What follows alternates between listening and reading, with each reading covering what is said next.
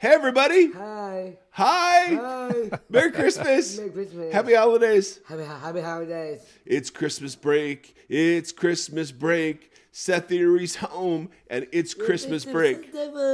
Yeah, what? Oh, and Tim Stafford. Oh, yeah, Tim Stafford's here, too. I'm on Christmas break, too. Welcome to the Voxology Podcast, the Christmas break Voxology Podcast. You want to say anything? Yeah. I mean, how was your day? Good. Yeah? That's it? Yeah. Okay, usually when I'm like, say something, you don't just say one word, silly bear. Yeah. Yeah? Yeah. What are you looking for? What do you want for Christmas? And And there's Nate Erie. yeah, Disney. What do you want for Christmas, boy? On Fabi. Floppy, yeah, shockers. And Shocker. Now back to Nate. Now back to Nate. Ladies and gentlemen, Nate Erie's in the house, home from college. Nate Erie and I played pickleball this morning. And I will say we probably beat the best team we've ever played. We didn't probably beat them. We beat them, but they were probably the best team we've ever played. So, Nate, you want to just talk about just how great that victory was for a second? Yeah, we might be the greatest pickleball duo ever. So, Yeah, if any of you listeners out there our pickleballers. want the smoke, Yeah, drive to Nashville. good luck. Yes, That's all I got. Nate Erie, the animal most like Nate Erie is a gazelle. Right. He was all over the map. Thank you. The animal most like Mike Erie was a statue. Like an ox. Yeah, and yeah, I was the This really fell apart. yeah. It was rough. I'm not gonna lie. I do have something to say. Here we go. Here we go. I've heard. You got emails. No, I've heard that people request Seth videos. Seth videos. Oh yeah. Oh yeah. And I just want to say Yeah. that the first person who requests a Nate video is getting A video. quite possibly the greatest video to ever exist. So. Okay. Well, how do First they come, request first it? serve. How do they request a Nate video? I don't know. Well, if they want, like, if My wife's Okay, asking if our listeners know listen. we have a daughter, and the answer is yes, but she's Yeah. napping, and it's Listen. 4 in the afternoon. she's been napping all Good day. for her. She got up at noon and went back to bed. Listen, love it. Listen, if you want something bad enough, you will do anything you can to obtain it. And so I need someone out there to want a video from me Yeah. bad enough Yeah, to where yeah. They email in and say Nate Yeah, video. yeah, Okay, okay. I'm just gonna save you from that. I love you all. Yeah. Wow. Oh, and Seth's back. And Seth, Yeah. Seth, Well, it's a long over. episode, growing longer. Yes, Seth Theory. Yes. Yes. Yes. Okay. We got a big shout out to State. A big shout out to Wright State. Yep. It's where Nate goes. Yep, in Ohio. Big shout out to people. To I people. love you. Sit soon. And sit soon. Happy Christmas break. Happy Christmas break. Happy Christmas, Voxology Podcast. Woo! Nice work, Seth Theory. All right, ladies and gentlemen. Man, you know it's when the kids are home, and yes, we have a daughter. You know when the kids are home. She is home. Home from college, which is so fun. Hey, I got such great news, Tim. Ooh. First of all, Tim Stafford has another new single out. And true. yeah, what was the name of this one? The End of the World. The End of the World. Ooh, I like that. Ooh. So we went from Misfit Tribe to End of the World. Yeah. Okay, I love that. Then secondly, we have like many people requesting information for the Nonference, which is April 30th, May 1st and 2nd of next year. We're going to be looking at power and weakness with Gombis.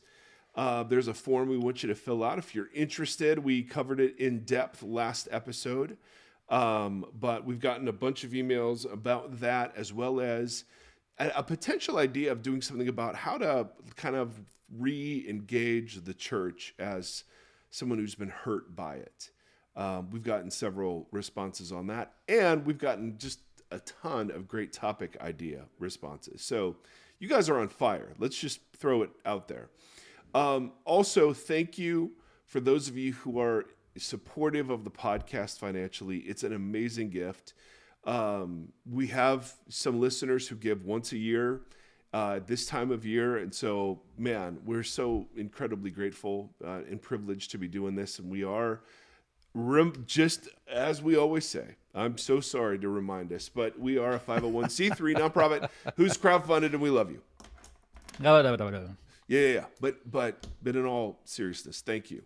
You can go to our website, voxologypodcast.com. You can go to patreon.com and type in Voxology, or you can go to tithe.ly. And all of those are options, but we're super grateful. Today, ladies and gentlemen, Tim Stafford talks so much in this next interview, you're going to wonder if he was ever in the room. Yeah. And I have years ago, I got an email from a young pastor up in Portland, Oregon named John Mark Comer. And he said, hey, we have some mutual friends. Would you ever want to come visit? And I went up to visit this dear guy, and we just forged a friendship. He is a foodie. Like, Tim, he is a foodie. Like, I can't even describe, I don't even have words strong enough to describe how much of a foodie he is in Portland, which is all things like really cool. Yeah. And I didn't, I'm a Midwest guy with Midwest sensibilities. And so when I came to visit Portland, I asked if we could go to Quiznos. And the look on his face, I wish you could have seen, like, don't ever meet your heroes. Okay. Is what that turned out to be. But we have been friends forever. And he has a new book out called Practicing the Way. And it's coming out in It's coming out, you're right, in January. And he's starting a nonprofit of that same name. But his passion is really about what apprenticeship or a student-master relationship to Jesus looks like in kind of the modern digital age. And so we have a humdinger of an interview. Is that a word? I don't even know what you call that. I mean, and forgive, there are three things that you have to forgive. Number one, he and I just slobbering words of encouragement over each other. It gets disgusting. There's a lot of that, and it's disgusting. Secondly, there's a complete absence of Tim Stafford except for one two-sentence phrase, or two-word phrase, excuse me. So that's inexcusable as well. And the third thing that's inexcusable is that Seth Erie wasn't more present. But we got him on the intro. So there you go. If you're willing to overlook those things. Now, Tim, so we record this after the interview. Yes. Tim, what were some of your thoughts, reactions, questions? Because John Mark's great and has a brain that like synthesizes stuff, and so we weren't like going through the book as much as we were just having kind of high level conversations about spiritual formation. But were there things that jumped out at you, or questions you were like, ooh, let's press into that more that we didn't have time to get into? Yeah, there was a lot. I think that one thing I was thinking about was, which I've brought up on previous conversations, that those emails about the PhD to understand. Yes. Something, we'll be going through these things, and for those who are familiar, we had an emailer was like, why does it feel like I have to have a PhD to just enter into a basic understanding of what the biblical text is actually getting at? And I think it's a really profound question that we've wrestled with in different ways. As we've been going through the book of Revelation, and we've been taking these terms and these ideas and these words that we were taught, or through history, we have come to one conclusion or a definition of, now we're learning. Yeah. You've been taking us through, and we're learning what these things actually mean and why, and how they are relevant to us. I think the stuff that John Mark is getting at is really important. All I could think about was like my students in the classroom, and then all the people that I talk with who just can't find a home in a church. And so I feel like this topic is super relevant to those people. Yeah. But they're all really beyond rhetorical ideas or cliches, or just ideologies are terms that have become ingrained in us that we don't really know what they mean anymore. Maybe didn't know what they mean in the first place. And so I kept thinking the whole time is like how it's almost like we have to, like what you're doing with the book of Revelation, we have to do with some of these discipleship practices. And that's kind of it's like interpret them again or translate them. Exactly. And so I think that those are the questions that I wanted to ask was like, I love that Jesus, I really, really, really love that Jesus answers questions with questions so often, because it really invites a wrestle. It demands your participation in pursuing the answer to the question. That's right. And I think it's just a genius way of teaching and inviting people in. And I try to do that in the classroom where the student will ask a question, I'll ask a question to try to broaden. So they have to pull on those threads a little bit more to get to their conclusion. And that's what I want. Like, I think the podcast has kind of postured itself somewhat in that lane of traffic of trying to reinterpret and give real space and definition to some of these lofty ideas so that people can find a foundation to, like, in the book, he talks about like the building on the sand.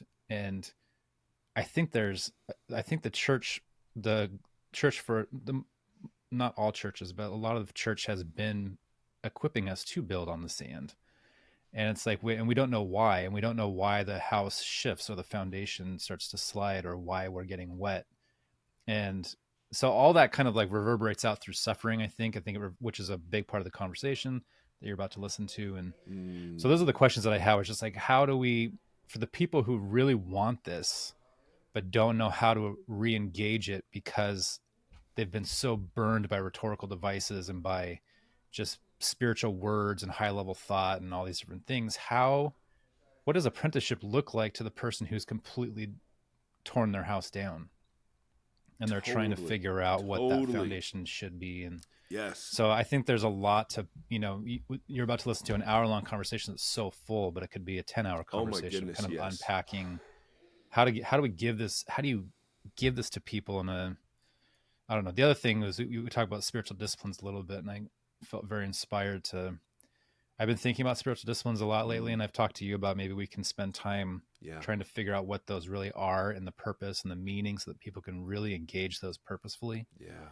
But I think I'm going to start doing that here, maybe with a few people, and just be like, just as a trial run to pick at it. And I like that idea. That's one of the things that you guys will hear that really resonated with me was this idea of doing these practices in community. They're meant to be communal practices.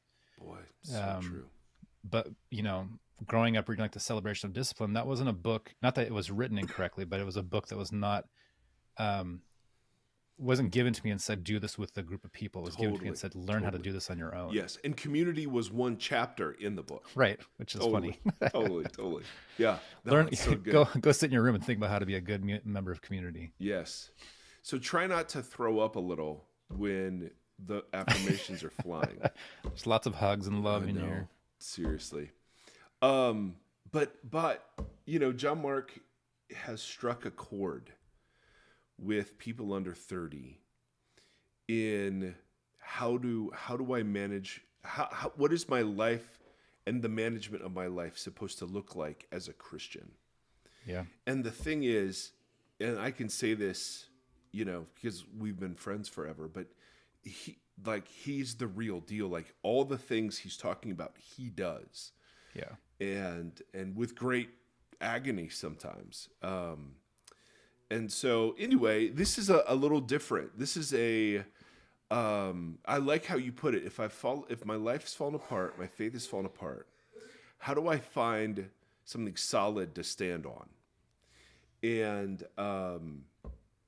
And so, if I've come to see the emptiness in kind of the ways of looking at the world around me, but I've also come to see the emptiness of like the way sometimes the church has shown me to look at the world. Language is often similar. Yeah. Where do I find that place to begin again? And I think that is so much of our audience. And I think that's why, Why that little mini series on lament and God's Oh, hiddenness my and that Lord. kind of stuff resonated so much with people. People are really hungry to find a Yeah. real, tangible Yeah. way to re-engage in. Yeah. I want to give that. I want to figure out how to crack that code because I think it's Oh, here's Hannah. Come here, babe. the implications for the church at large are huge Huge. and wonderful with Come here a sec. that engagement. Absolutely. I just want to prove that I have a daughter. So Seth has been on, Nate has been on. Hannah, tell me just a little bit about the amount of sleep so far today. So you went to bed last night, 11:30, which quite honestly is Yeah. just rare that it's that early. I woke up at 12:30. And you woke up at 12:30 the next day. Yeah. Wow. And then, Well, it's not done. I came yeah, downstairs. I ate a bagel. she did eat a bagel. I saw her Went face. back upstairs. Yeah. Little nap. Just woke up. Yeah. Good morning, everybody. Good morning. It's Good morning. 4:37. I love it, man. My But baby It's a gift. blanket. That is a But gift. let's be honest, Hannah. You pushed it so hard during finals. Hannah I think you got all A's on your finals, didn't you? I did. You pulled out. Yeah, you you did. turned 4 C's into 4 B's Yeah. So just on finals. So boom. I didn't sleep all week, so I'm No, catching up. you are catching up, and I love your froggy voice. So yeah, if you're on YouTube, it's now. You're Seth, seeing the Christmas card And right now. Hannah. There it And is, Hannah. and Hannah. And Mike. Yep. And a podcast that's already too long going longer. Longer. But thank you, B. But I wanted to just prove because we were like, yeah, mom was shouting from the other room, we have a daughter too. We have a daughter. And she's kind of the coolest of us all. So, duh. God, I'd give anything to be able to sleep like that. It's physically impossible. Nope. I slept. I went to bed early. And so my body decided to reward that with being awake at 4:40. Totally. So it's like You did it. yeah. I was like, Yep, really? I know that one well. Oh, I know you do. So anyway, friends, we'll just wrap this up. John Mark's book and the stuff is really great for those of us. He has a line about how do you get the Bible into your body Yeah. and not just into your This is really brain. interesting thing to play around with. Yes, right. And so it's a really great exploration of what we call spiritual formation or discipleship is kind of the older word. But anyway, friends, thank you as always. Merry Christmas break to those of you who are Christmas breaking. Hope it's wonderful and safe. Tim Stafford, as you well know, is singing Christmas carols to himself as he bakes All day. cookies and, decks the halls. So Everything Anyway. you said in that sentence was wrong. Oh my goodness, yes indeed. Anyway, friends, you guys are the best. We love you. See ya.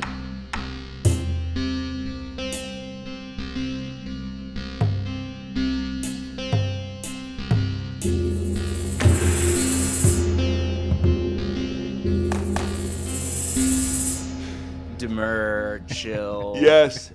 Hey, You know. everybody. It's Hey, Mike. this is and Mike Tim. Erie. No, I want like mindfulness Mike. Oh, Mindfulness oh, Mike. oh. Like Okay. new voice. Oh. Can you do? He can't even do it if you tried. No, You couldn't I even did. do it. I did mindfulness.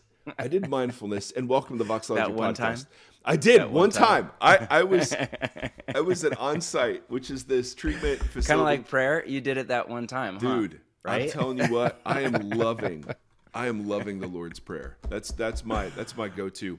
Ladies and gentlemen, welcome to the Voxology podcast. Mike, Tim, and my dear friend, and I don't know, he's a friend of the world now, John Mark Comer. Mindfulness coach. Mindfulness coach, yes. John Mark has been coaching me in contemplative spirituality for a couple of decades For the now. last 30 seconds. And it is not Goes not far stuck. back.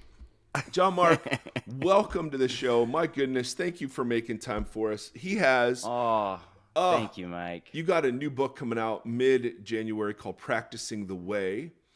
And it feels like this is kind of the last 10, 15 years of your life sort of summarized in a book. Would you agree with that? This is kind of the core stuff of what your life has been about for a while now. Yes, not so much at an autobiographical, a little bit that, but more at, yes, this is the summary of my teaching and best learning on formation over the last decade and a half. When did that, I've had, my friend, I've had such a privileged view of your life in some places.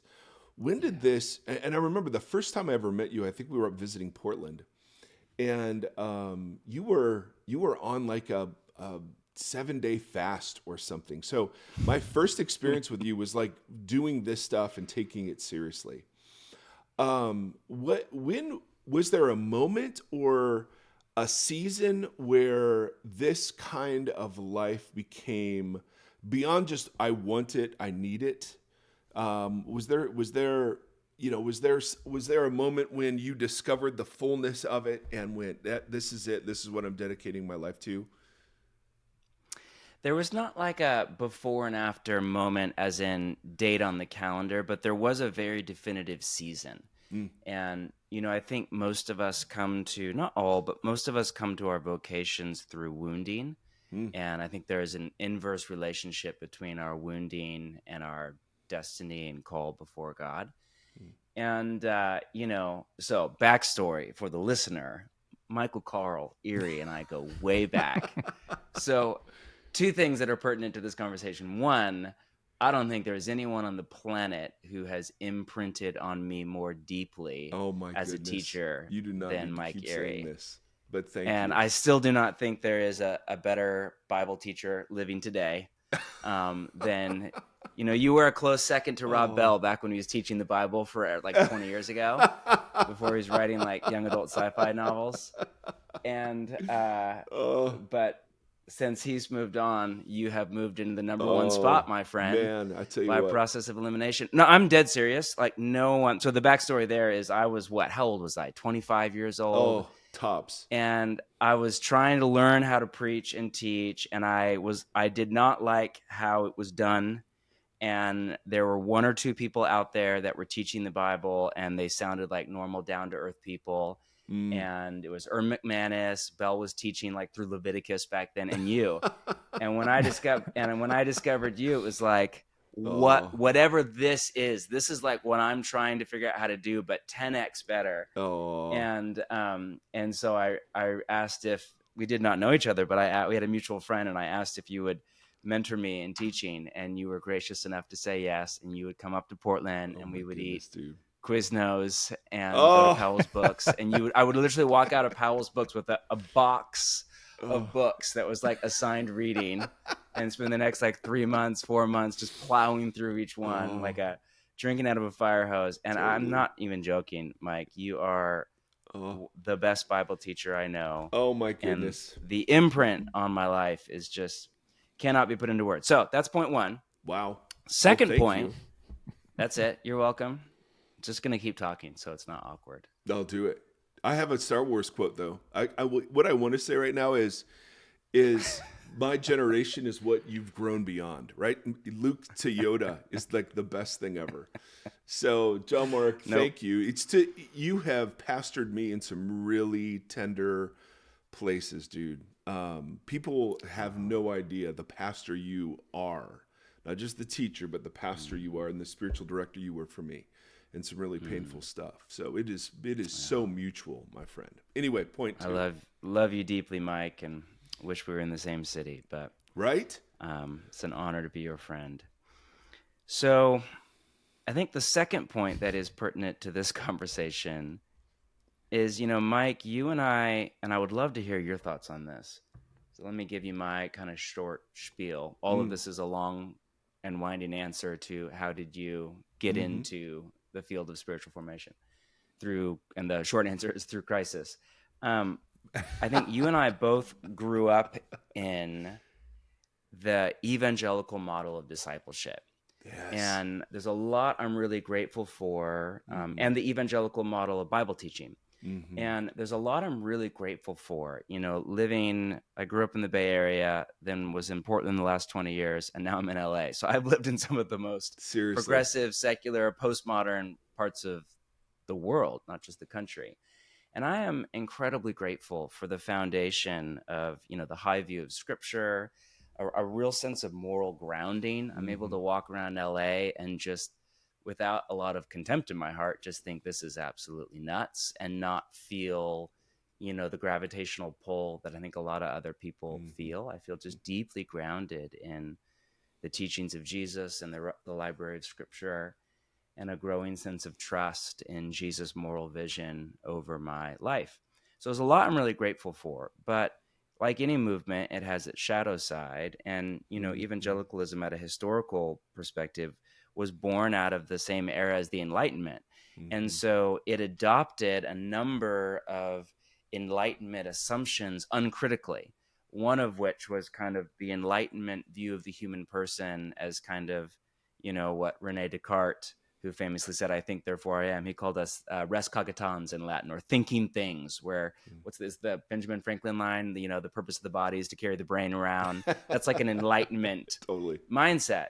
Now, that is not a biblical mindset, no ancient Hebrew biblical writer would ever view the human person that way. And it is B, not remotely scientifically valid. So any neuroscientists or interpersonal neurobiologists, they would all scoff at that and say that's not what the human being is, not a computer with software that you input into the brain. That's right. And to change the outcome of the machine of your body. That's not what a human being is. We are deeply relational, deeply emotional. We are whole people. Body is a part of it. Our emotional wiring, the memory that is encoded emotionally at an implicit level beyond our mind and our prefrontal cortex is deeply a part of who we are and how we behave, for better and for worse. Attachment systems. I mean, there's so many different kind of angles you could approach this from, but we are not a brain on legs. But unfortunately, evangelicalism adopted that view of the human person. And it had a high view of the Bible, but an unbiblical view of the human soul.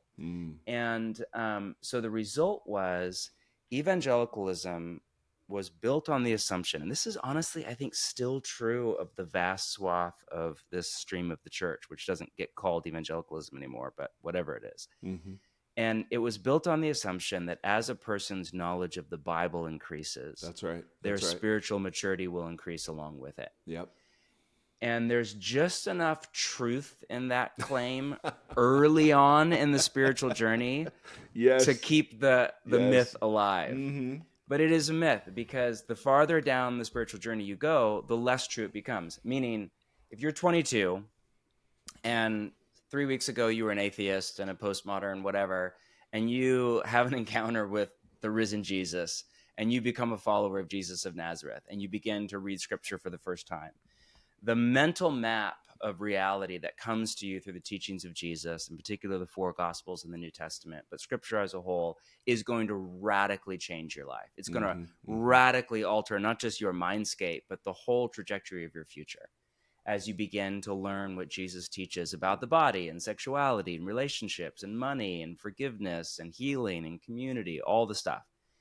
But as you begin to kind of reorient your life to the mental maps of Jesus through the teachings of Jesus as they come to us in the Scriptures, you will begin to then, in your spiritual journey, face the very long, as in until we die and beyond it, discipleship journey of getting your body to agree with your mind. Right? Or in scientific language, to get your implicit memory to finally catch up to your explicit memory. To get what's in your body and your muscle memory and your central nervous system and the automatic emotional responses and reactions and triggers that you have to come into harmony and alignment with the vision of Jesus and the kingdom of God. And that is discipleship. That is the lifelong spiritual journey.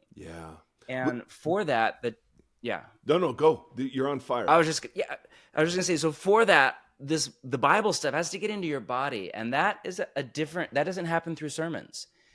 Sermons are the beginning of that process, but they are certainly not the middle, and definitely not the end. So the farther you progress in the spiritual journey, the more you're going to be facing challenges in your discipleship that tend not to be solved through Bible study or hearing sermons or listening to podcasts like this one. For example, I'm not all that spiritually mature, but I've been following Jesus for a while. So let me just honestly name some of the main problems I'm facing in my discipleship. 1, 22 years into my marriage, I have a lovely wife. We are nothing like each other, different personalities, different preferences, different value systems, different families of origin, different ethnicities. And we have a lot of, kind of mild conflict. And so there is contempt, what Gottman calls one of the 4 horsemen of the apocalypse when it comes to marriage, that leaks when I'm tired and stressed and frustrated with my lovely wife. It will leak out of me in little sarcastic comments, or not even comments, just like emotion leaking out of me through, facial expressions that are deeply unkind and unloving and nothing like the heart of the Trinity toward my wife. An exegetical sermon series through the book of Romans is likely not going to fix that problem. And that is not to downplay a teaching series in the book of Romans at all. This is not either or. This is not my intention here is not to downplay scripture. It's to round out a holistic view of discipleship. So, I have an 18-year-old son who's in his last few months of high school. He's nothing like me. And is a bit of a bull in a china shop, kind of young Mike Erie kind of personality, great kid. And I have so much anxiety about him and his future. And when I'm stricken by that anxiety, I can behave in ways toward him that are controlling in my attempt to control him, to make him not make any mistakes so that he can do, or shaming. I will quickly in my personality, resort to, how could you, or what were you thinking? These real shaming things that then drive him further into isolation because I'm emotionally dysregulated in that moment, because I'm so anxious about a decision he's made or could possibly make. And again, the Bible Project is doing these online classes. There's one in Ephesians with Tim Mackey. I mean, freaking rad. You can sit on your front of your laptop and take a seminary level class with Tim Mackey. Unbelievable. Seriously. Right? That is likely not going to, though, fix my problem of being controlling and resorting at times to shame with my son. And these are major issues. If they are not resolved, if it does not resolve with my son soon, it will do permanent damage. If it's not resolved with my wife, this will be, we're 22 years in, this will be our dysfunctional pattern that becomes a generational sin that our kids then have to fight to break. I do not want that. So, those deeply broken, ingrained habits of sin in my body that go back in my generational line, multiple generations, and are rooted in deep pain, even small t trauma, they are going to be solved through, the daily meditative reading of Scripture, which I never let a day go by, 365 days a year, where I do not open my Bible. But they are going to be solved through other avenues of discipleship, namely the 3 avenues that even scientifically now they've done studies that seem to produce the greatest result long-term in spiritual formation. It's basically contemplative forms of prayer, deep, close relational connection, and suffering. Those are basically the 3 paths that I need to walk. That sounds awful. Yes. Well, the last one, No. So that's a long answer. Well, okay, first off, I want to tell you how that came about in my life. Yes, that was my follow-up. So Ruth Haley Barton has this line in one of her books where she writes, I had come to the end of what the typical evangelical discipleship model had to offer me.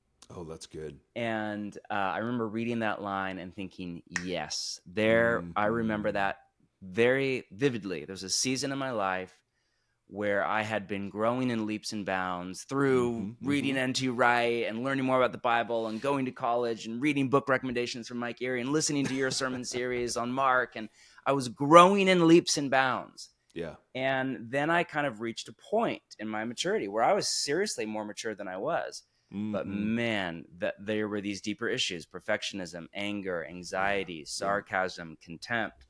And all of a sudden, reading N.T. Wright was not healing that stuff. Yeah.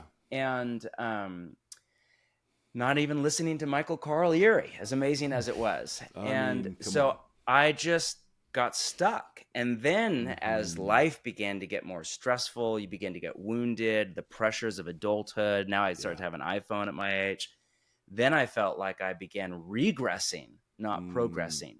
Yep. And if you just take the metrics of the fruit of the Spirit, love, joy, peace, patience, I felt like every year I was becoming less loving, less peaceful, less joyful, less patient, more irritable and While anxious you were and exhausted. in vocational ministry, teaching Yes. all of this. Yes. Well, and actually that's a huge part. I think pastoring was actually making it worse. There's some real deformative stuff about pastoring. And even though it's an honor, some really deformative stuff about it. Yes. So all that to say, I reached this crisis where not only was I not becoming more like Jesus year over year, I was actually becoming less like Jesus year over year. And the formula I grew up with of kind of go to church and learn more of the Bible was just no longer, which had worked really well early in the spiritual journey. Absolutely. Was no longer working. Yeah. And so I both was grateful for what was behind me, but realized, man, what got me this far, I need another vehicle of discipleship. It's the same vehicle, it's discipleship, but I need another way of being with Jesus to move forward. And so it was through that crisis, in particular of my marriage and my inability to be patient with my kids and just my own mental health of just deep anxiety, exhaustion, borderline mental breakdown at a couple moments over stress. I remember once being on an airplane and getting a critical email and like literally having a panic attack on an airplane, thinking I wanted to scream and run off the airplane. Oh yeah. And I'm thinking, whatever this is that I'm living, this is not the John 10 that I'm, life that I'm preaching. This cannot be it. So that brought me. I discovered Willard, gateway drug, discovered emotionally healthy spirituality, and the Scazzero's work. Got into therapy. And some combination of reading, therapy, and then all the emotionally healthy kind of, and started living in community. Some kind of combination of that. Discovered the contemplative kind of way of being with God and prayer. And some combination of that just brought me down the rabbit hole, and I began to grow again. And now I'm fixed, and I'm basically a saint and have no more issues. And we'd love to interview Tammy. That'd be great. Yes, she's not available for the next 10 years. Totally. Oh, so dude, okay, back to you. I just said way too much. I mean, how does that? You didn't. You're such a smart guy. I would push back on that. How do you think about the role of Bible and discipleship and the way Enlightenment thinking has kind of, Man, I resonate with everything. To me, because one of the questions I wanted to ask you is, okay, what's the gospel? Because Willard has the great, omission to the Great Commission, a little book of his essays. And the gospel, he said something years ago, it was like, the gospel we preach in the American church doesn't lead anyone to actually follow Jesus. It's just, we're vampire Christians. We're in it for his blood. And that's it. And that was so beautifully convicting for me when I realized the gospel itself is just so much bigger than what I was told about what happens if you die tonight, And he has this great line. It's what happens if you live tonight. That gospel has to answer that too. So no, totally agree. And I think I'm curious about what you think of deconstruction, because part of how we experience that phenomena with our audience is a lot of people are stripping away that part of the inheritance, that the very narrow view of just Jesus as a passage to the afterlife, and he has nothing else to say. And people are waking up to this. And I really love, I've not ever considered, how do I get the Bible into my body? I've always, that Romans 12:2, be transformed by the renewing of your mind. Right. That's the memory verse, for the way I was brought up. But it's mind, it's consciousness, I think, is probably a better translation of that. So it's not mind as in your mental belief system. It's the renewal of your consciousness, the flow of thoughts and feelings and perceptions through your mind, which is a part of your body. Yes, that's so good. So getting the Bible into my body, I think that's a really interesting, because I'm in therapy right now. Tim and I have this little segment called Two White Middle-Aged Men in Therapy. And and so I'm trying to learn how to be human. and get in touch with my body and all the things. And so what you're talking about is beautiful to me, because the gospel's for bodies too. I got to tell you the Ortberg line, because we both love Ortberg. We love Ortberg. And then you got to come back to your thing, because I'm cutting you off. This is dude, it's not me. Ortberg said this to me. I don't play golf. You don't golf, do you, Mike? I don't, my friend. We're common in that. Tim, do you golf? Nope. No. It's the only sport I have no patience for. Yeah, I don't golf, but I understand the word picture still works for me. So Ortberg is a golfer, and he said discipleship is kind of like golf. He said the easy part is getting a vision in your mind's eye, like learning the rules of the game. Totally. Watching a game on TV, getting a picture in your mind's eye. This is the right posture. This is the right form. This is the perfect swing. This is what it looks like when it lands right in the right spot. This is what a hole-in-one looks like. This is par. Like that isn't hard. That's like the fun, easy part. Yeah.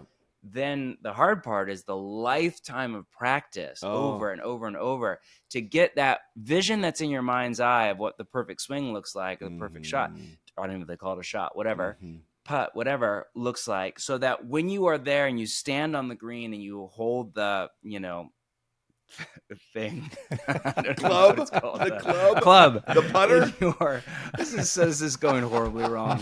I think the putter is a subcategory of club. It is. You hold the long metal ninja sword thing in your hand, and the idea is you'll stand there, you'll breathe, and you will just, without even thinking about it, your body will naturally do what it's supposed to do, and it will just follow through without even thinking about it. Yeah. So that's the process of discipleship. The easy part is learning the exegetical kind of background to the Sermon on the Mount and the New Testament and the ethical vision of Jesus and the basic practices at a conceptual level of a disciple. Yeah.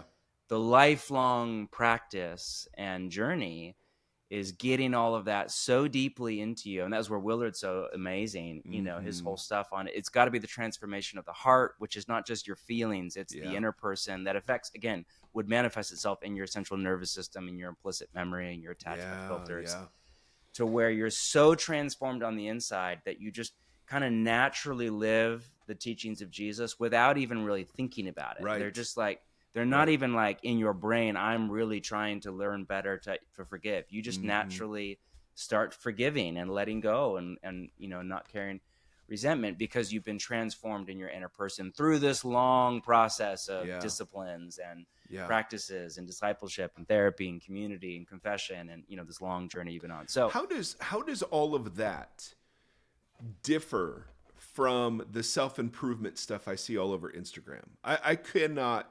My algorithms are swimming in people who have advice for me about how to be a better hustler, how to be a better husband, how to, maximize my time and have 3 days into one day, and just all this weird stuff.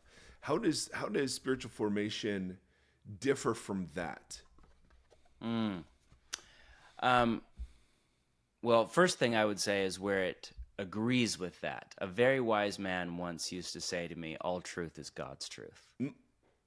Come on. That was Mike Erie. That was stolen from Rob, probably.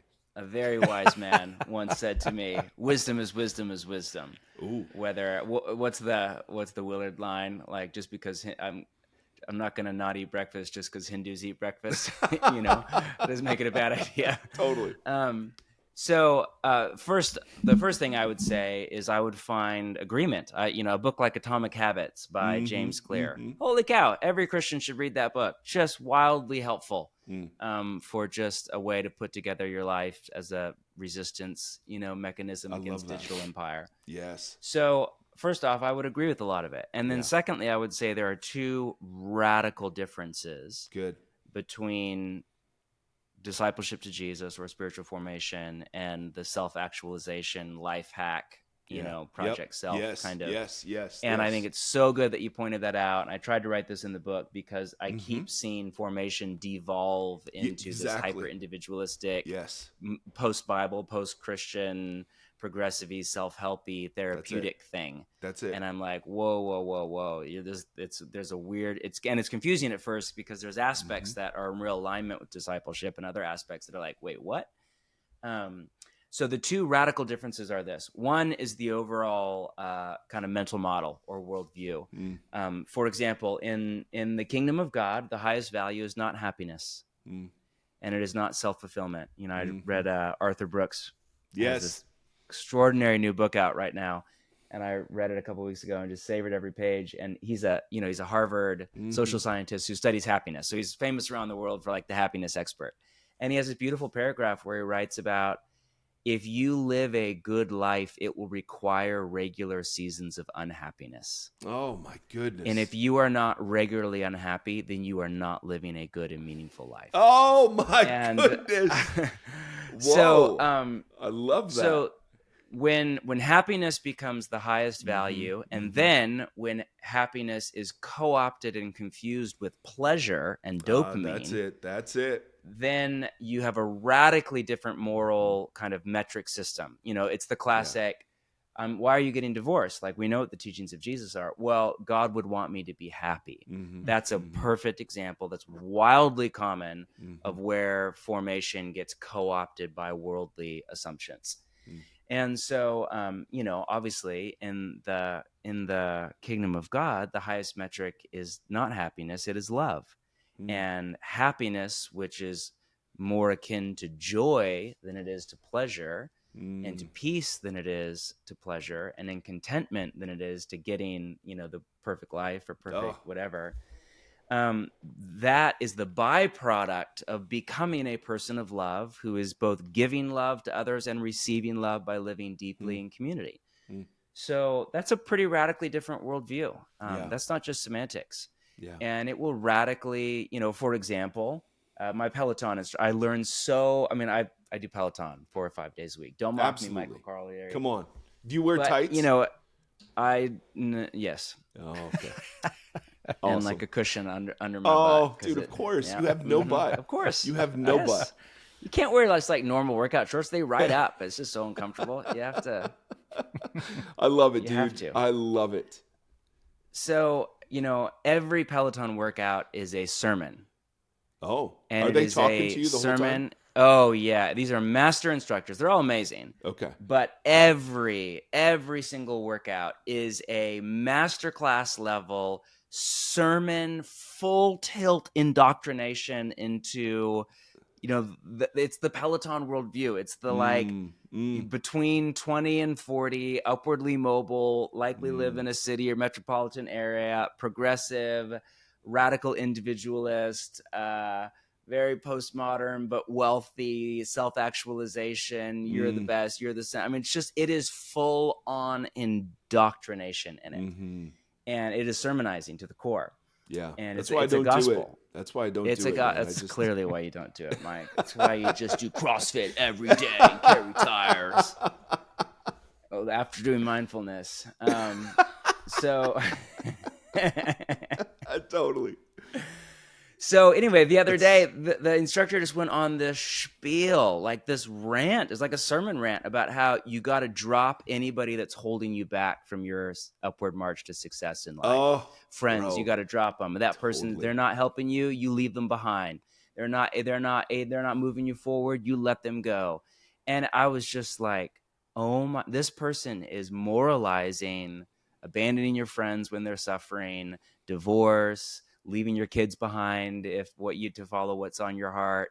And it's like actually considered a moral good, because in their moral universe, your personal fulfillment and happiness and pleasure are of a greater value than vows that you may have made to a spouse, or being a friend to someone who's suffering and just being a pain right now and a drain on your life right now, or people that are socially needy and need love and hospitality and family, you know, whatever it is. So, so that's where one radical difference is the worldview, the value system of the kingdom of God or the way of Jesus is not that of the radical individualist Western up and to the right project self. The other radical difference would be, I think, what Paul and the New Testament writers call grace, which is different than what evangelicals mean by grace. It's, you know, help me out. What was the Willard one-liner on grace again? It was so. It's not opposed to effort; it's opposed to earning.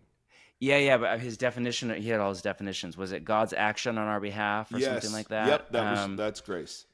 Yes, I like to define grace as like the ability to say and do and be what we could never say and do and be without God. It's God's empowering presence. It's very close to the concept of the Holy Spirit in us.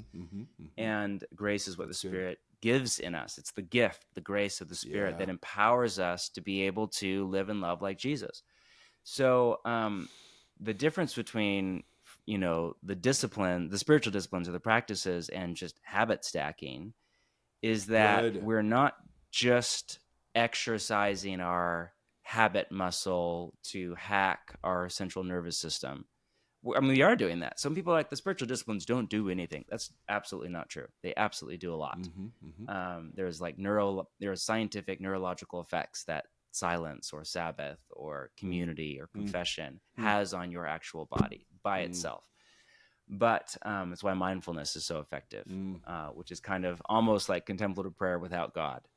And by the way, scientifically, they have now proven that contemplative prayer is significantly more effective at deep change than mindfulness is without God. And Todd Hall's done some of the research on that. It's really interesting. But I digress. The difference with the practice is you're not just exercising your willpower muscle, but you're opening this deep inner wounded, confused part of yourself to the power of the Holy Spirit and giving him room and space to do in you what you could never do for yourself through habit stacking, could not even do through therapy, could not do through reading books or, doing psychedelics. There is, I'm dead serious. Like I live in LA. It's every third person who has money is out doing that as their mode of formation. Yeah.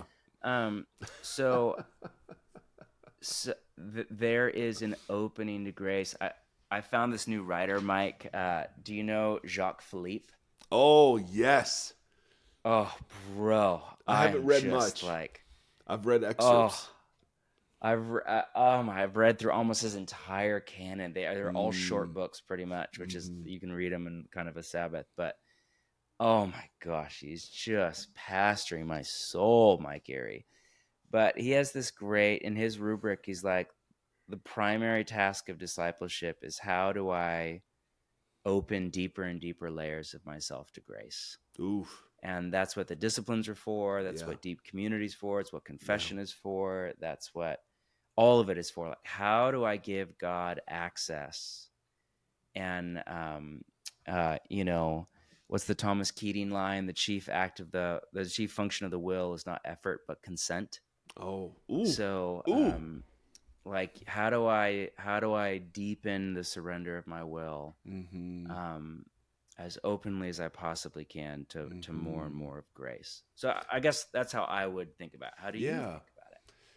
Well, I'm not interviewing me, John Mark. This is the unofficial Mike Erie podcast. I'm not interviewing me either. All right. Well, I would love to know. I mean, how do you think you see that? You see that world? Oh, bro. I see it co-opting the spiritual formation movement right or left, and well, it's such a grief to my heart. Yeah. Yeah. Yep. I think I think the part I didn't appreciate for a long time is how relational this all is. Like, we have a friend of our podcast named Tim Gombas, who's a Pauline scholar, who talked about how the spiritual disciplines. The Power and Weakness guy? Yes. Yeah, I loved that book. Oh, it's so good. But he's been kind of opening my eyes to how corporate the spiritual disciplines are in the text. So bear with one another, forgive one another, show hospitality. He's like, the Spirit births a community, and it's in that arena that we practice the spiritual disciplines. The private practices are almost preparation for the practices of the Spirit when the church is gathered. And that picked up something for me that I don't know, I'd known it intellectually, but hadn't thought of my participation in community like that. And so what I see when I look at the Instagram life hack model is a lot of self-effort, a lot of individualism, a lot of pride and ego. You have to. A lot of virtue signaling. Yeah, totally. And when I look at the way of Jesus, I see a lot of limping, suffering, weakness, lament, humility, community, right? All of that's precursor for community. You can't have community if you're always just posturing strength. Competing with each other for who has the flattest abs. Yeah. Totally. Which is clearly you, Mike. Dude, the Peloton, let me just tell you right now, I think that is a demonic device that Bill Gates probably planted a 5G chip in. But that's it actually shoots vaccine into your butt to the bottom and nanotech without you knowing. But man, the mental map stuff, that's absolutely right. It's so funny. I met after one of our services years ago, I met an Olympic gymnast and very, very famous. And I said, oh, my daughter used to be in gymnastics, and just without speaking, she just said, well, tell her to believe in herself and her dreams can come true. And, in contrast that with repent, for the kingdom of heavens is at hand, right? Woo. You cannot get two more antithetical sentences. And I think there's a good corrective in the believe in yourself, like you're worthy of being loved. I got all that. Yeah. But no, I'm with you. The communal part for me was the part that I just didn't get until, I don't know, maybe the last 5 years because I go to church as an individual, and I participate as an individual. Yes. And I never saw the spiritual practices spilling over into the judgments I would make of somebody and their teaching, or the participation or not in the liturgy.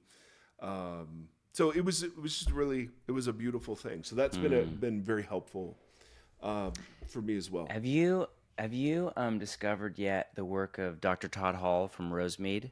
I read his book after you recommended it on your Instagram account, my friend.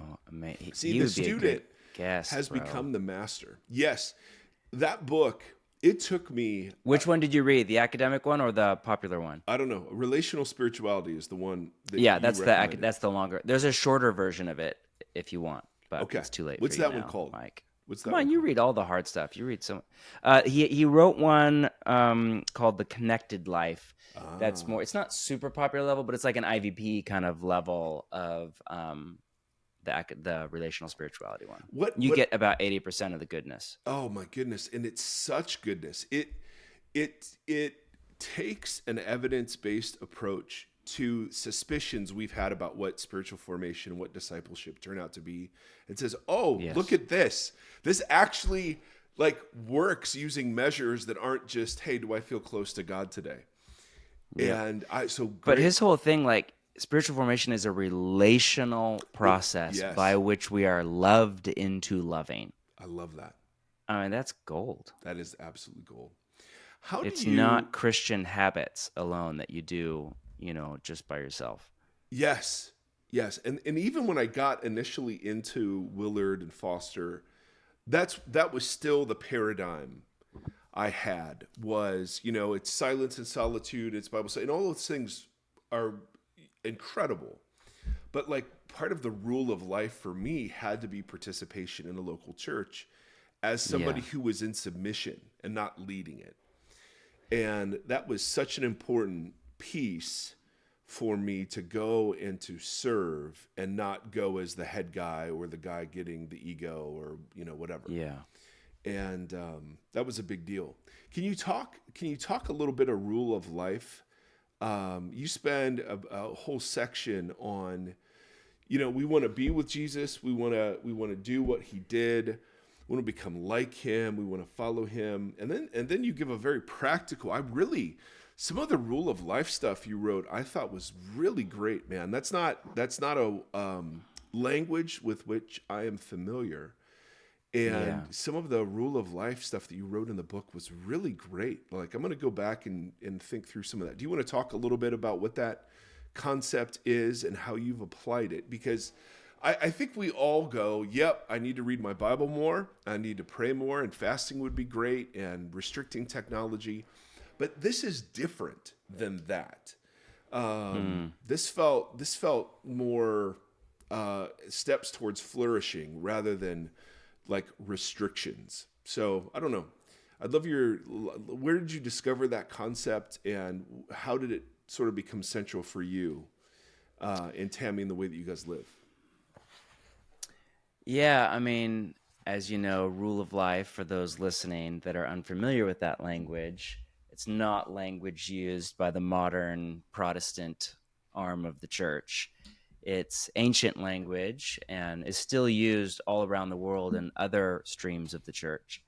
But it's ancient language, not modern. So you have to clarify right off the bat, the language is rule of life, not rules for life. Totally. Singular, not plural. So Yes. it's not a list of rules. Yes. And to get a tiny bit nerdy, I find it helpful to talk about the original Latin word, which was regula. So actually, the biblical word is way. So in the New Testament, this is called way of life. This is language used by Paul. Mm-hmm. And then when Latin became the kind of lingua franca of most of the people of Jesus in the ancient Mediterranean around the 3rd century, the translation of that Greek word, hodos, way, path, which is a metaphor used all through the Gospels, was the word regula.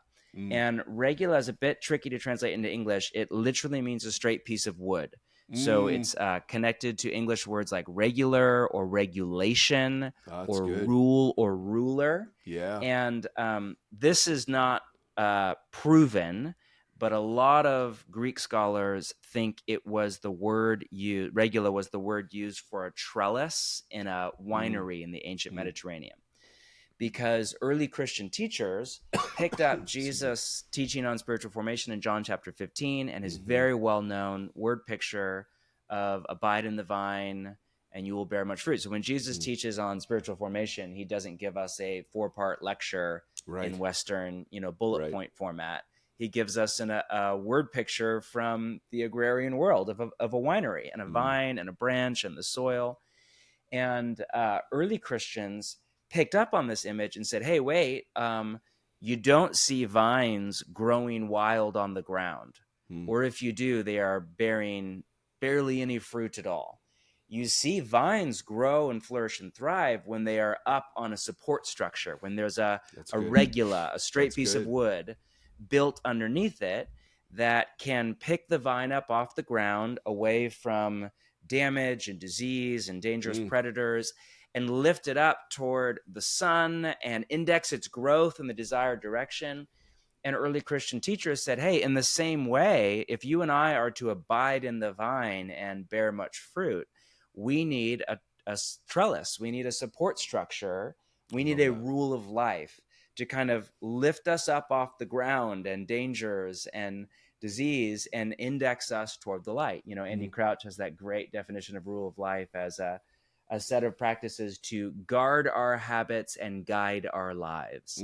And that kind of both sides of guarding and guiding, guarding from and guiding to your life in the direction and the trajectory of Jesus. So I define a rule of life as a schedule and a set of practices and relational rhythms that order our life around abiding in Jesus, around discipleship to Jesus, around God and life together in God's community. You could fill in that out however you want.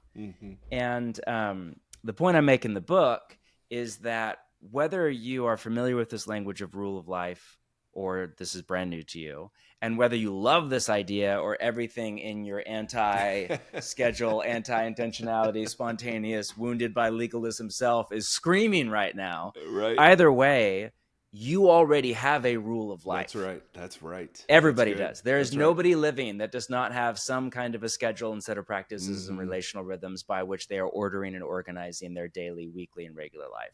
Whether it's highly intentional or really haphazard and chaotic, whether it is ordered around Jesus or ordered around your career or fitness or World of Warcraft or sex or money or shopping or athletics. Peloton. what Peloton, whether Yes. it is being done in isolation or done in community, whether it is leading you to the life you most deeply desire, or whether it is sabotaging your most genuine heart's intentions. You know, cue all the people that are like, I really deeply want to be a good dad, but I'm just so busy with work, because their rule of life has actually put work at the center of their life, not other things. That makes sense. You know, yeah. that's one of 1,000 examples. You already have a rule of life. The question is not, do you have a rule of life? It's, do you know what it is? Mm-hmm. And then, is it working for you or against you? Yeah. I mean, is it Yeah. moving you down the spiritual journey in formation toward Christ-likeness, or is it wildly leading you off track and in dangerous directions? You know, so yeah. I think one way to interpret my book is that all Christians already have a rule of life, and actually most churches have a rule of life. Most churches' rule of life, even though most churches would not use this language, is this. In fact, most churches have the same rule of life. This is an Ortbergism.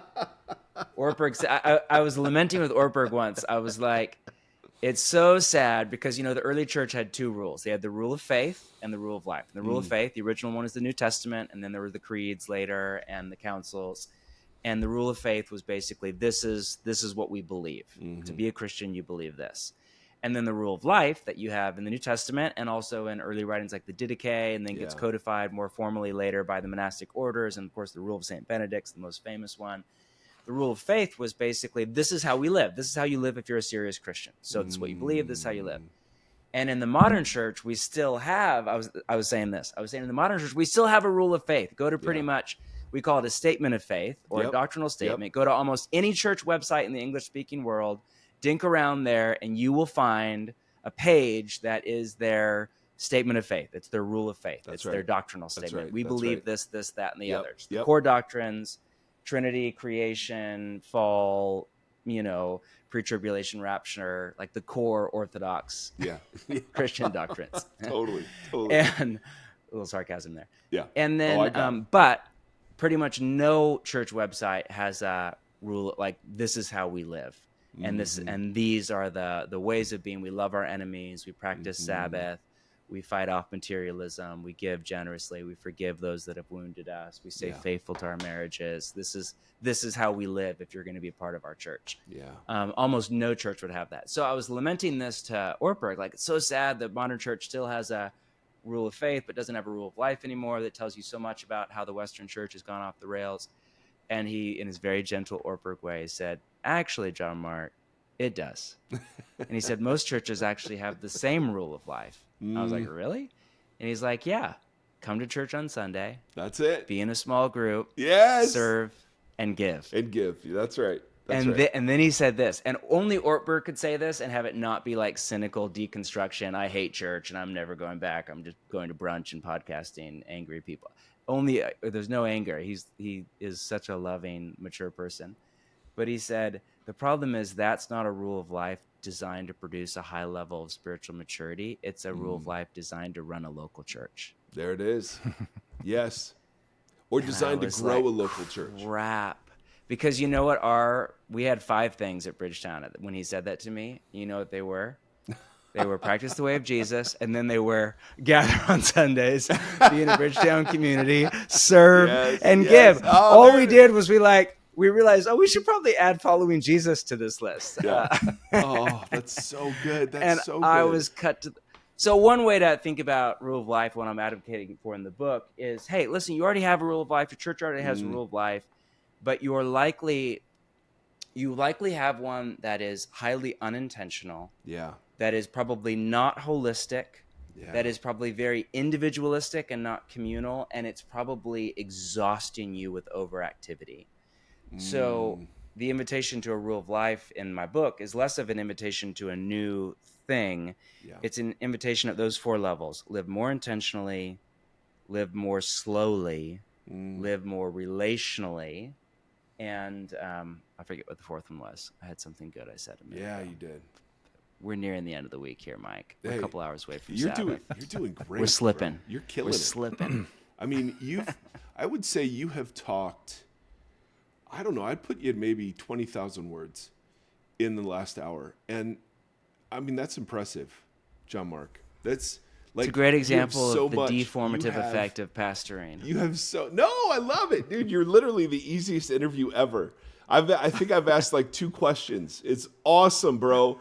You have such a big brain. I love that, but I love your big heart even more. All right, last thing before we go, we're so gonna let you go, my friend.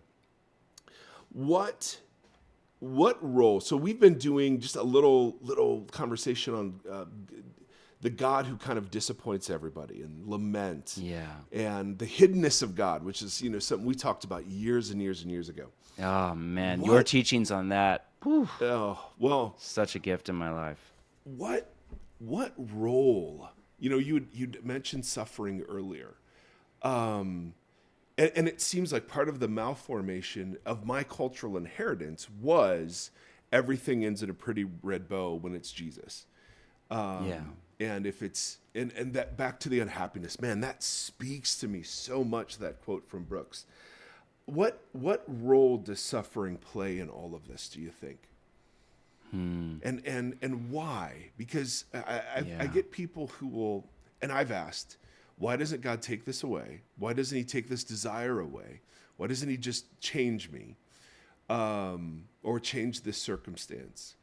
And you give some thought to this in the book, and but I'd love to hear what you think, how you would answer that. Yeah. Well, first off, I would disagree. Somebody texted me yesterday morning, as a really good person, so this person has a lot of spiritual maturity, so I know what they meant by it. But they texted me just a word of encouragement, and they're just like, want you to know that God never disappoints, never da-da-da. And this person has, I know what they meant by that, but my brain was like, well. I think God disappoints constantly. What's the Peter Drucker definition of leadership? Disappointing people at a pace they can metabolize, or something like they can withstand. So I know what the person meant, but that is, I think, not what most Christian worship songs, you're never going to let me down. I don't think that's what it means, and I don't think it's true. Yeah. And certainly did not seem to be true of Jesus' own experience. Totally. And I think there's 2 separate questions that I just think would be good to parse out. The one question is a Theodicy question of why does God not answer my prayer? When I pray, God, take away this cancer, or change my, partner who's divorcing me's heart, or why does God not answer my prayer? That's one question. And I think both you and I, there's a wide range of Christian opinion on that. There are different Christians who love Jesus and are intelligent and educated and thoughtful, who read the Bible the same way and come to very different conclusions on the spectrum of determinism, or what in theology would be called Calvinism, or meticulous sovereignty on one side, and other more kind of free will, kind of, really the question is, how do the various wills of the universe interact? God and our will, and other people's will. That's good. That's right. Beings' will, and nature's will, and the market's will, inflation's will, all that kind of stuff. So that's one question, and Mike Erie is the better person to ask that than me. No, not false at all.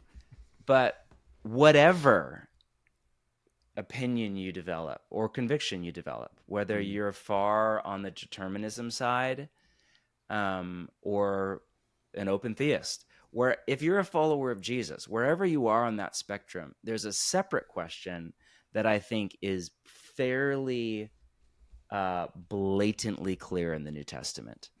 And that is, what role does suffering, wherever it comes from, God, Satan, our own stupid decisions. That's a good distinction. What role does it play in our formation? And that's where, all of the, beginning with Jesus and going through pretty much all of the New Testament writers, have some landmark, if not multiple, paragraph or theme or moment where they declare that suffering is the crucible of our spiritual formation. So it's James, count it all joy, brothers and sisters, when you face various trials. And the testing of your faith produces perseverance. Let perseverance finish works, that you may be mature and complete, not lacking anything. That's his language for a high level of spiritual maturity, it's Paul. We know that suffering produces character, and character hope, and it's Jesus. Well, in this world you will face trouble. Be of good cheer. I've overcome. So all of the biblical writers, argue in harmony that suffering is the crucible of our formation. There's that Todd Hall, again, in that book, Relational Spirituality, they've done some of the kind of just research around what is it about suffering that has such a formative effect on us.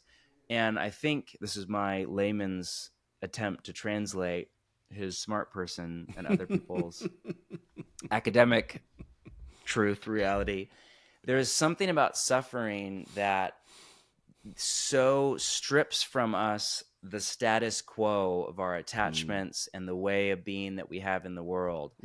And that stripping, which is what's so emotionally excruciating, then creates enough of a disturbance that our body and nervous system and soul has a chance to actually lay down new neural pathways and new patterns of being. That's good. And so, you might be utterly obsessed with your job and a workaholic and prioritize your work over other meaningful things. And if you go through, let's say something horrific happens, you're falsely accused, you're fired without cause, you lose your dream job that God provided for you, you're grieving, you're heartbroken, you go bankrupt. That's horrible. And it may be from God, it may be from Satan, maybe from a demonized coworker. But either way, God might want to radically use that to set your heart free of its compulsive addiction to work, to reset your priorities, to free you from materialism. One of the best ways to get free of anxiety is to have our deepest fears come true. and realize we're still okay. We're still I've here. had a couple of my deepest fears come true when I followed what I felt was the Spirit's direction over my life. Yeah. And my fears came true. It ruined my happiness for a season, and I feel profoundly more free now. And so now the thought of the same catastrophe happening again, it's not a pleasant thought, but I'm not anxious about it. I'm like, you know what? That would be really hard, but I would be okay. And it took that suffering to free my heart of the anxiety of it. So I think suffering can set us free in such extraordinary ways. It's why people on the other side of suffering are often so much more peaceful, calm, joyful, content. And there's an interesting cultural thing here, Mike. There's been so much good work done in the therapeutic world and the neuroscience world on trauma over the last 3 or 4 decades. I mean, just extraordinary learnings. It lines up beautifully with a biblical view of the human person and sin. It uses different language than sin, but it's basically a study of the second dimension of sin, which is not sin done by us, but sin done to us. And the early literature, if you were a psychologist 10, 15 years ago, all of it was there was a whole field of research they called post-traumatic growth, because they realized a lot of people that survive trauma actually are not only stronger on the other side, but are actually like healthier on the other side. So suffering and trauma seem to create like a Y in the population experience. Some people seem to be almost permanently wounded by it and never emotionally or relationally recover. But then a huge chunk of the population seems to grow as a result and become not just like more moral or more content, but actually become happier and more peaceful.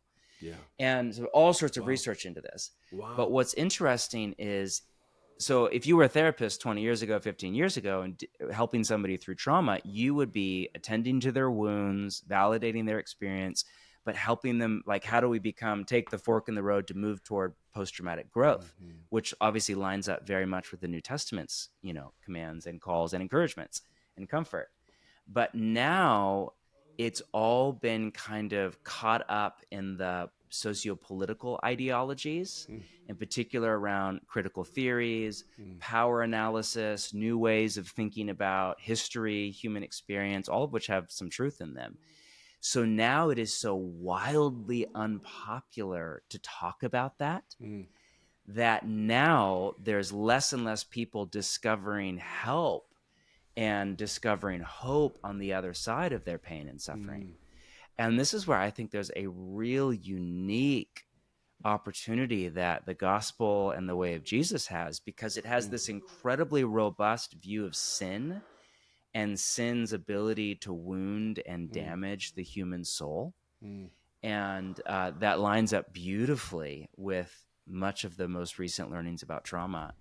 But yet it has this hopefulness and this this sense of uplift of how God, if you open that trauma, wounding, pain to God, can deeply like mature and grow and free and calm you through it. And that, and without remotely negate. And I'm not talking about the Christianized trite version and where there's preaching that like, oh, God's going to use it, God's in control, and just put your trust in. That's absolute crap. That's spiritual bypassing, and people that haven't been through trauma or who are in denial about their trauma, who are trampling over yours. I'm not talking about evangelicalism. I'm talking about the New Testament. I'm talking about James and Peter and Paul and Jesus. And I'm talking about the suffering of Christ and how Paul claims that it's when we co-participate in the sufferings of Christ, that is the pathway to glory. Right. Holy cow. Yeah. So what's the glory in New Testament language, in Pauline language, what's the glory on the other side of suffering? Like that's the question of discipleship. Yeah. Oof. Man, I'm so glad I asked that. That was great, dude. So Practicing the Way is a book, but it's also an organization, right? You were launching this. Yeah, kind of as our manifesto book, but yes. Yeah, so to just give us a little bit on that, because I know you have courses, you have a rule of life help at the end of the book, but your intention is to put a lot of resources out there in the hands of folks who are interested in exploring this more. Yep, and this book just reads like any of my other books. It's not a workbook or something, but it's written by me, not by a team of people. But it would be if you read it and you are all inspired toward some of what it's inviting you into or calling people or pointing people toward, then yes, we're in the process of creating this organization, Practicing the Way. And it's back to what we said earlier about the evangelical model of discipleship and how do we get the Bible into the muscle memory of our body. So we are trying to recapture a more ancient, more biblical New Testament, more Hebraic, more holistic, more trauma-informed, emotionally informed relational model, holistic relational model of discipleship to Jesus or spiritual formation. And then what we're trying to do as an organization is work to integrate this model of discipleship into actual local churches. So there's two meta goals we have as an organization. One, we want to put discipleship to Jesus back at the center of the church, not on the margins. Because of evangelicalism, discipleship is like an optional secondary path for people if they're into it after, quote, salvation in church. And those things are not separate biblically, but they are in the American church. And so one, we want to kind of elevate it and put it back at the center. But two, we want to actually like change the model of discipleship from the post-Enlightenment evangelical Bible study information transfer model, information and church attendance, to the kind of more ancient biblical model, holistic model that is deeply effective for change. And so at a very pragmatic level, we are in the process of creating 10 resources right now. One is the Practicing the Way course that isn't quite out yet. It'll be out in March. And it's an 8-week primer on spiritual formation that you could run. All of our stuff's designed. You can run it with like 2 of your roommates at the kitchen table or with your small group, or you could take 100 people at your church through it in course format, or you could do it as an entire church. But it's an 8-week course called the Practicing the Way course. That's a primer on spiritual formation. You kind of read the book alongside it, and you kind of begin to step into some practices and new ways of being. And then we're creating 9 practices that are all kind of ancient spiritual disciplines. Some you do alone, like solitude and, contemplative prayer. Others you do with people, like Sabbath and community. Others are a mix, like scripture. Then there's a bunch that are about people outside the church, hospitality, service, witness. And so there's these 9 practices that are 4-week experiences that, again, you do in a community with a small group or a class at your church or just a couple friends around the table. and teach you to integrate an ancient discipline like Sabbath or prayer or fasting or generosity into your rule of life, just meaning into your overall kind of way of life as a disciple of Jesus. And we're trying to help people find the building blocks to construct a rule of life for the modern era that is stronger than the deformative effect of digital empire and can really open deeper and deeper parts of us to God so that we don't get stuck. Or if we are stuck, 10 years from now, we're all a bit more loving or a lot more gentle, peaceful, patient, kind. Dude. More like Jesus. We're more with Jesus. Yeah. In the chaos. That'd be pretty awesome. Life. That would be pretty great. Yeah. And everything's free, by the way. It's all not the book. I can't that. give that for free, but everything else is free. That's where Tim Mackey has just done a great gift. He's taught us you can give away stuff and not be afraid. It's just awesome. Yeah. I'm so proud of you, my friend. I love you. I'm proud of you. Too, man. Thank you so much for the work you're doing. I love you. I respect you so much, Mike. You are such a older brother to me in gift.